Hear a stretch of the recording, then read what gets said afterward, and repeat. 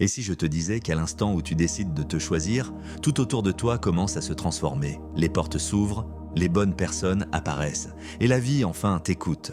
C'est une vérité que j'ai découverte dans les enseignements bouddhistes et elle a tout changé. Aujourd'hui, je vais te révéler pourquoi te choisir n'est pas un acte égoïste, mais l'acte le plus puissant que tu puisses offrir au monde. Respire et prépare-toi, le voyage commence. Partie 1, le déclic, le jour où tu comprends. A, le moment où tu te rends compte. Il y a un moment, souvent discret, parfois brutal, où tu te rends compte que tu t'es perdu. Pas dans une rue, pas dans un pays étranger, mais à l'intérieur de toi-même. Tu as passé des années à répondre aux besoins des autres, à porter leurs hivers, à sourire quand ton cœur criait, à dire oui alors que tout en toi criait non. Et un jour, ça devient insoutenable.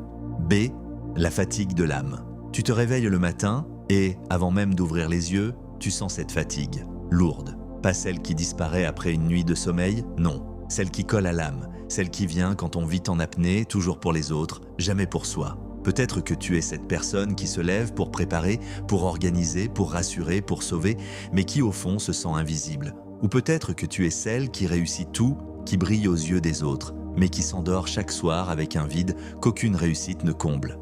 C'est l'oubli de soi. Il y a un mot dans les enseignements bouddhistes qui me revient souvent, oubli. Pas l'oubli d'une date ou d'un visage, l'oubli de soi. C'est l'un des plus grands poisons, parce que quand on s'oublie, on se déconnecte de la source même de notre vie. On donne, et on ne voit pas qu'on s'assèche. D, le moment de clarté. Je me souviens d'un jour précis. J'étais assise à la table de ma cuisine, une tasse de thé tiède entre les mains. Autour de moi, tout semblait normal, les bruits de la rue, le téléphone qui vibrait, la lumière douce sur le mur, et pourtant, à l'intérieur, c'était le désert. Je me suis entendu penser, mais à quel moment j'ai cessé de m'écouter? Cette question a résonné comme une cloche dans un temple silencieux. E, le début de la libération. Le bouddhisme enseigne que le moment où tu vois clairement ta souffrance est aussi le moment où commence la libération. Ce jour-là, j'ai vu que je ne vivais pas ma vie. Je vivais les attentes, les désirs et les urgences des autres. Et j'ai compris que personne ne viendrait frapper à ma porte pour me dire « Allez, maintenant c'est à toi, choisis-toi ». Non, c'est moi qui devais le faire. F, au bord de la falaise. Savoir cela, c'est un choc. C'est comme se tenir au bord d'une falaise. Soit tu recules et tu continues comme avant, soit tu sautes et tu apprends à voler. Se choisir, ce n'est pas tourner le dos aux autres. Ce n'est pas devenir froide ou égoïste. C'est enfin reconnaître que ton existence compte, que ton cœur a une voix et qu'il mérite d'être entendu. G, le premier, pas douloureux. Le premier pas est souvent le plus douloureux parce qu'il brise l'illusion. Il oblige à voir que certaines relations ne sont pas équilibrées, que certains engagements étouffent, que certains oui étaient en réalité des non trahis, et ça fait mal. Mais derrière cette douleur, il y a une lumière qui commence à filtrer. Ce que les maîtres bouddhistes appellent la clarté.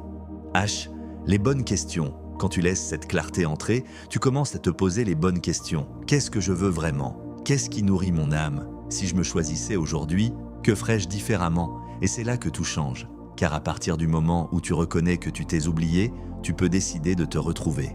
I, le déclic irréversible. Peut-être que ce déclic viendra pour toi un matin de pluie, ou en plein éclat de rire, ou dans un moment de silence profond. Il ne se commande pas, il se vit.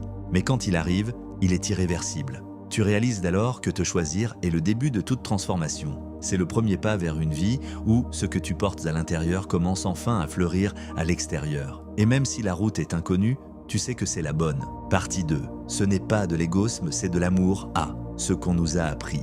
On nous a appris depuis petit que penser à soi, c'est mal. Qu'une personne bonne donne sans compter, s'oublie pour les siens, reste disponible, douce, patiente, même quand son cœur est épuisé. Et nous avons porté cette idée comme une médaille invisible, croyant qu'elle nous rendrait dignes d'amour. Mais la vérité, c'est qu'à force de nous effacer, nous avons commencé à disparaître. B. Disparaître doucement. Pas d'un coup, pas dans un grand drame, mais doucement. Dans ces « ce n'est pas grave », murmurer alors que c'était grave. Dans ces « je suis là », alors qu'on rêvait de s'enfuir. Dans ces sourires qui cachèrent des larmes que personne ne voyait. C. L'amour véritable commence par soi. Le bouddhisme nous enseigne que l'amour véritable commence par soi. Non pas un amour narcissique, mais un amour conscient. Un amour qui voit nos limites, nos besoins, nos blessures, et qui les honore. Parce qu'on ne peut pas offrir au monde ce qu'on ne se donne pas d'abord. D. La métaphore du jardin. Imagine un jardin. Si tu donnes toute ton eau au jardin des autres, que restera-t-il pour le tien? Tes fleurs se faneront, ton sol se fissurera. Et même si tu continues à sourire, au fond, tu te sentiras stérile. Se choisir, c'est arroser son propre jardin pour que ses couleurs puissent ensuite illuminer le monde. CE n'est pas égoïste. Ce n'est pas égoïste de dire « j'ai besoin de repos », ce n'est pas égoïste de dire « je ne peux pas aujourd'hui ». Ce n'est pas égoïste de fermer la porte pour te retrouver seul avec toi-même. C'est de l'amour. Parce que cet instant où tu respires, où tu t'écoutes, où tu te respectes, tu nourris ta force intérieure. Et cette force, un jour, servira aussi aux autres, mais d'une manière qui ne t'épuise plus. F. La compassion envers soi. Les maîtres bouddhistes parlent souvent de compassion envers soi. Ils disent que sans elle, la compassion envers les autres se vide de sens. C'est comme donner un bol vide. Tu fais le geste, mais il n'y a rien dedans. Te choisir, c'est remplir ton bol avant de le tendre. G. L'histoire de l'ami. Je me souviens d'une amie qui, un jour, m'a dit « J'ai passé 20 ans à sauver tout le monde, et quand je suis tombé, il n'y avait personne pour me rattraper. » Sa voix tremblait, mais dans ses yeux, il y avait cette étincelle nouvelle. Elle venait de comprendre qu'il était temps de se sauver elle-même. H. La transformation commence. C'est là que la transformation commence. Quand tu passes de « je dois me sacrifier pour être aimé » à « je peux m'aimer et aimer en même temps ». Quand tu cesses de courir après la validation extérieure et que tu trouves en toi la seule validation qui compte. Quand tu acceptes que tes besoins sont sacrés. 1. Des liens plus vrais. Te choisir ne t'éloigne pas des autres. Au contraire, ça rend tes liens plus vrais. Parce que tu n'es plus là par obligation, par peur ou par habitude. Tu es là par choix. Et tout ce qui est choisi respire la liberté. J.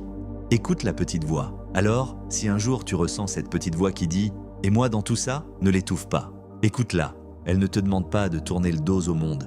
Elle te demande simplement de te rappeler que toi aussi, tu es le monde. Partie 3. Le secret bouddhiste. À l'intérieur change, l'extérieur suit. Dans le bouddhisme, il y a une vérité simple et puissante. Ce qui se manifeste à l'extérieur est le reflet de ce qui se passe à l'intérieur. Nos pensées, nos émotions, nos croyances profondes, tout cela colore notre regard sur le monde. Et le monde nous répond en écho. B. L'illusion du contrôle extérieur. Pendant longtemps, j'ai cru que pour que ma vie change, je devais changer les autres. Que si mon entourage devenait plus doux, si les circonstances se calmaient, alors enfin je pourrais respirer. Mais j'ai appris, parfois dans la douleur, que ce chemin mène à l'épuisement. Parce que plus on essaie de contrôler ce qui est dehors, plus on perd de vue ce qui compte, notre état intérieur. C. Le déplacement subtil. Le jour où j'ai commencé à me choisir, quelque chose s'est déplacé en moi. Ce n'était pas un grand feu d'artifice, c'était subtil, presque invisible. Mais c'était là, un espace neuf, une respiration plus profonde, un poids en moins sur mes épaules, et peu à peu, l'extérieur a commencé à répondre. D. Les changements extérieurs. Des personnes avec qui je me sentais toujours en tension ont disparu de ma vie, comme par magie. Des opportunités que je croyais hors de ma portée ont frappé à ma porte. Même mon corps a changé. Mon sommeil est devenu plus paisible, ma respiration moins courte, mes épaules détendues. L'énergie suit l'intention. Les maîtres bouddhistes disent que l'énergie suit l'intention. Si ton intention est de te choisir avec douceur et respect, ta vibration change. Et cette vibration, le monde la sent. Les bonnes personnes y sont attirées. Les situations qui ne te servent plus s'éloignent d'elles-mêmes. F. La différence vibratoire. Je sais que cela peut sembler presque mystique, mais si tu y penses, quand tu es en paix, tu parles différemment. Quand tu te sens digne, tu marches différemment. Quand tu t'aimes, tu poses des limites différemment, et c'est cette différence qui attire une vie nouvelle. G. La loi de la cause et de l'effet. Le bouddhisme enseigne aussi la loi de la cause et de l'effet. Chaque pensée, chaque mot, chaque action est une graine que nous plantons. Si tu plantes des graines de peur, de doute, de sacrifice forcé, tu récolteras plus de la même chose. Mais si tu plantes des graines de respect de soi, de gratitude, de clarté, tu verras pousser autre chose, quelque chose qui te ressemble enfin. H. Le rituel du matin.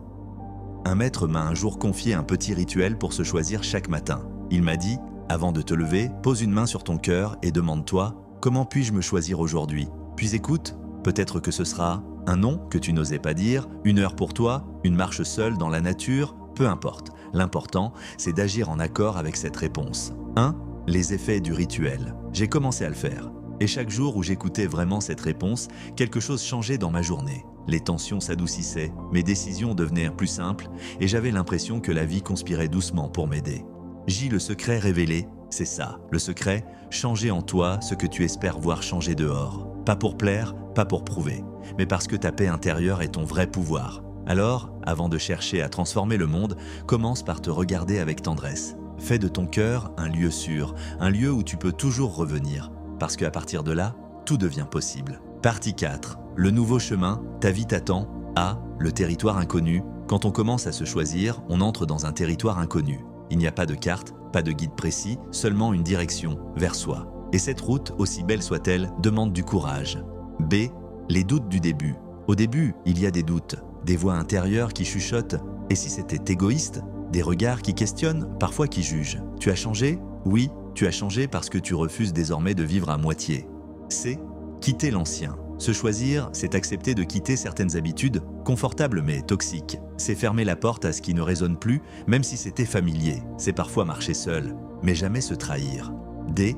La solitude qui se transforme et tu verras, au fil des jours, cette solitude se transforme. Elle n'est plus un vide, mais un espace sacré. Un espace où tu peux entendre ta propre voix, claire, solide. Un espace où tu découvres que tu es bien plus forte, plus tendre, plus vaste que tu ne le croyais. Là, chaque instant est un nouveau départ. Le bouddhisme nous rappelle que chaque instant est un nouveau départ. Tu n'as pas besoin d'attendre un signe grandiose ou une approbation extérieure. Le moment est déjà là. Chaque souffle est une invitation à recommencer, à choisir encore et encore ce qui t'élève. F. Le sourire sans raison. Un jour, tu te surprendras à sourire sans raison. Pas parce que tout est parfait, mais parce que tu te sens à ta place. Tu marcheras dans la rue et tu sentiras ce lien invisible entre toi et la vie. Les petites choses te toucheront à nouveau, la lumière sur un mur, un rire au loin, la chaleur d'une tasse dans tes mains, et tu comprendras. G. Ce que tu cherchais dehors, était en toi depuis toujours. Il fallait juste te choisir pour le réveiller. H. Avance à ton rythme. Alors ne te presse pas. Avance à ton rythme, un pas après l'autre. Chaque pas que tu fais vers toi-même est aussi un pas vers une vie plus alignée, plus douce, plus vraie. 1. Tu n'as pas à tout savoir, tu n'as pas à tout savoir, tu n'as pas à tout prévoir. La seule question à te poser chaque matin est « Comment puis-je me choisir aujourd'hui ?» Et à chaque réponse suivie d'action, tu verras, tout se met en place. J. Ta vie t'attend, pas demain, pas dans un an, maintenant. Et elle t'attend entière, présente, vivante. Respire, sens ce frisson qui monte dans ton cœur. Il te dit que tu es prête, le chemin est devant toi, et maintenant, le voyage commence. Conclusion. A. Une danse quotidienne. Musique douce et inspirante. Se choisir, ce n'est pas un acte que l'on pose une fois. C'est une danse quotidienne, parfois hésitante, parfois assurée, mais toujours tournée vers la vérité de ton cœur. Chaque jour, tu auras des choix à faire, rester dans l'ancien ou avancer vers ce qui t'appelle. Et même si certains pas seront timides, ils compteront toujours. B. La vie se donne à celle qui s'ouvre. Souviens-toi, la vie ne se donne pleinement qu'à celle qui s'ouvre à elle-même. Plus tu te choisis, plus la vie te choisit. C'est ton premier pas aujourd'hui. Si ce message a touché quelque chose en toi, prends un instant pour fermer les yeux et te demander « Quel serait pour moi le premier petit pas vers moi-même dès aujourd'hui ?» Et quand tu auras trouvé la réponse, fais-le. Pas demain, aujourd'hui. D. L'invitation à continuer. Si tu veux continuer à marcher sur ce chemin de sagesse et de douceur, je t'invite à rester près de moi. Ici, dans cet espace que nous construisons ensemble, abonne-toi et chaque semaine, je viendrai déposer dans ton cœur une parole qui, je l'espère, fera fleurir un peu plus ton monde intérieur. E. Question d'engagement. Laisse en commentaire quel sera ton premier pas pour te choisir aujourd'hui. Écris-le, engage-toi, même un petit pas compte. F. Le voyage continue. Merci d'être là. Merci d'avoir choisi d'écouter. Merci d'avoir choisi de te choisir. Parce que le voyage ne fait que commencer.